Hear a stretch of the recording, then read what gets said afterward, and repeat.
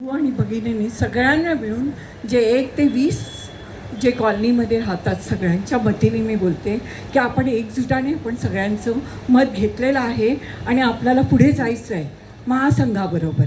आपण नाही तर म्हाडाबरोबर जाणार, नाही कुठलाही दुसऱ्या विषयावरती जाणार. आपल्याला जो प्रतिनिधी मिळेल त्याबरोबर ते आपल्याला पुढे जायचं आहे.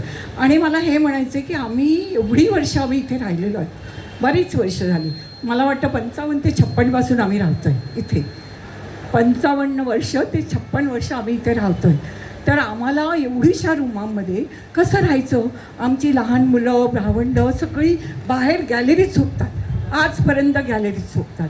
का? म्हणून त्यांना मोठं घर मिळू नये. आणि माझी इच्छा आहे आणि सगळ्यांची पण इच्छा आहे की मोठं घर हे मिळायलाच हवं कुठल्याही परिस्थितीमध्ये. आणि जर आम्हाला हे मिळत असेल आणि त्याच्यामध्ये कोणीही अडथळे आणता कामा नये, कारण आमचे जे प्रतिनिधी करत आहेत ते आमच्यासाठीच करत आहेत. आम्हाला चांगला योग्य निर्णय मिळावा आणि योग्य आमचं व्हावं ह्यासाठीच ते करत आहेत. तेव्हा तुम्ही सगळ्यांनी मिळून आपल्या प्रतिनिधींना साथ द्यावं 1 ते 20 बिल्डिंगनी. आणि आपल्याला 10.5चा जो एरिया आहे तो मिळालाच पाहिजे. बरं, 50,000 रुपये भाडं पण मिळालं पाहिजे. आणि जे काही इतर गोष्टी ते देत आहेत ते सगळं आम्हाला मिळालं पाहिजे. आमची मुलं खुश राहिली पाहिजे, आमची मुलं बाळं खुश राहिली पाहिजे आणि हा कोळी समाज सगळा खुश राहिला पाहिजे.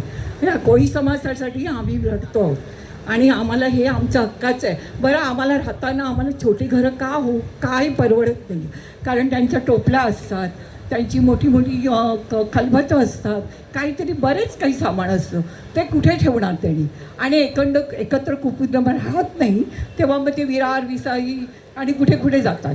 आणि सगळ्यांना वाटतं की आपण एकत्र कुटुंब राहावं. कोणाला वाटत नाही जर मोठं घर मिळालं सगळे एकत्र राहणार आणि खुश राहतील. आणि ह्याची कृपा तुम्ही करावी अशी मी तुम्हाला विनंती करते. Okay, bye.